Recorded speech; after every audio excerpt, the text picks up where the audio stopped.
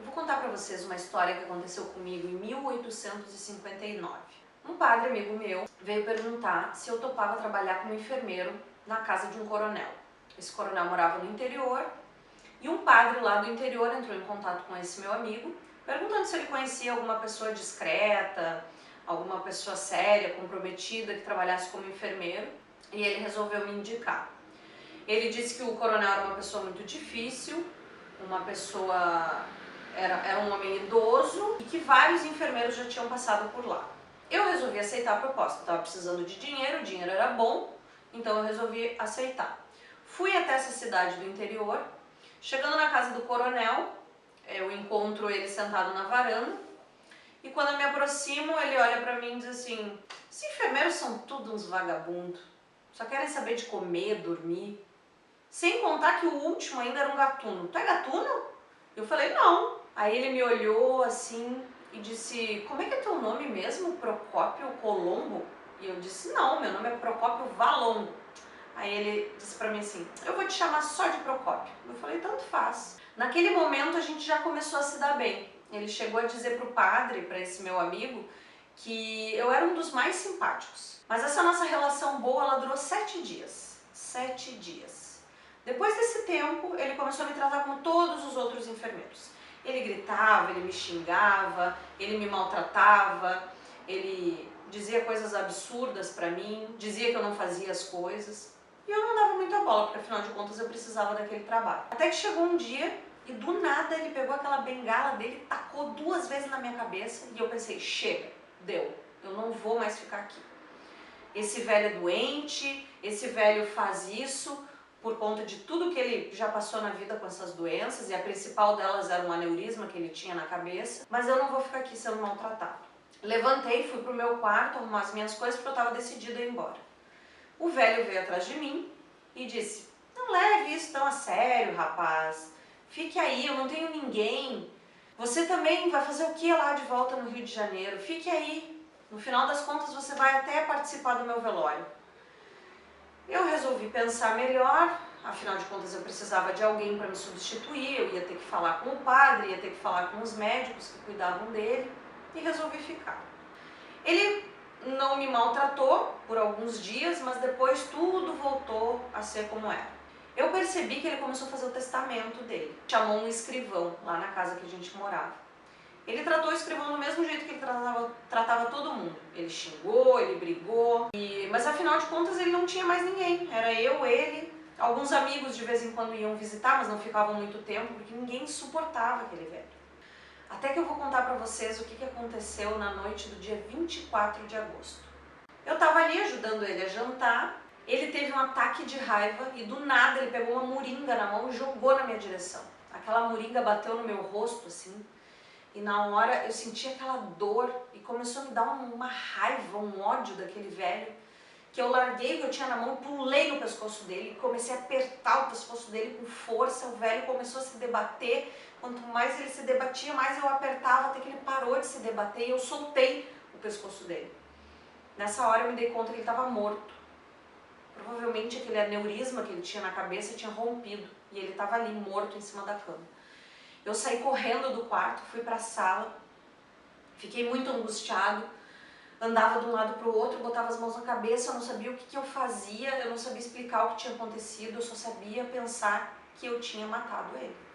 Eu fui até a janela, tentei abrir a janela para ver se via um pouco de vento, nada, cheguei perto da porta do quarto dele, botei o ouvido perto da porta, eu só queria escutar algum resmungo, algum sinal de que ele estava vivo e nada. O tempo passava e eu não sabia o que eu fazia, eu pensei em fugir, mas aí eu pensei que se eu fugisse eu ia assinar a minha culpa, então eu resolvi entrar no quarto de novo.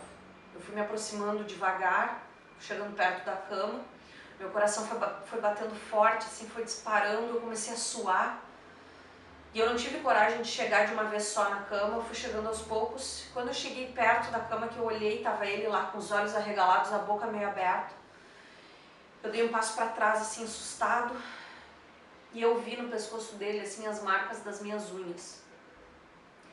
De novo eu pensei em fugir, mas eu pensei que se eu fugisse eu ia estar assinando a minha culpa, né? Então eu cheguei perto dele, fechei os olhos, fechei a boca, alinhei ele na cama, coloquei ele assim deitadinho, puxei a camisa e chamei um escravo. Pedi para o escravo avisar o padre e avisar os médicos que o seu Felisberto tinha morrido. Antes que qualquer pessoa chegasse, eu arrumei um pouco o quarto, pedi para que um outro escravo viesse me ajudar. Ele era meio míope, muito velho, então ele não percebeu aquilo que tinha acontecido. A gente arrumou o seu Felisberto em cima da cama, até que chegou o padre, chegaram os médicos, começaram a chegar alguns amigos e a gente iniciou um velório para ele. Na hora de arrumar ele no caixão, fiz questão de vestir, trocar a roupa que ele estava para que ninguém percebesse aquelas marcas no pescoço dele. Arrumei ele no caixão e eu queria que tudo aquilo acabasse logo, porque eu tinha medo que as pessoas vissem no meu olhar a minha culpa, né? Vissem que eu tinha sido responsável por aquilo. Aos poucos o tempo foi passando e foi chegando a hora de fechar o caixão, de enterrar o seu Felisberto. Eu peguei a tampa do caixão, fui colocar.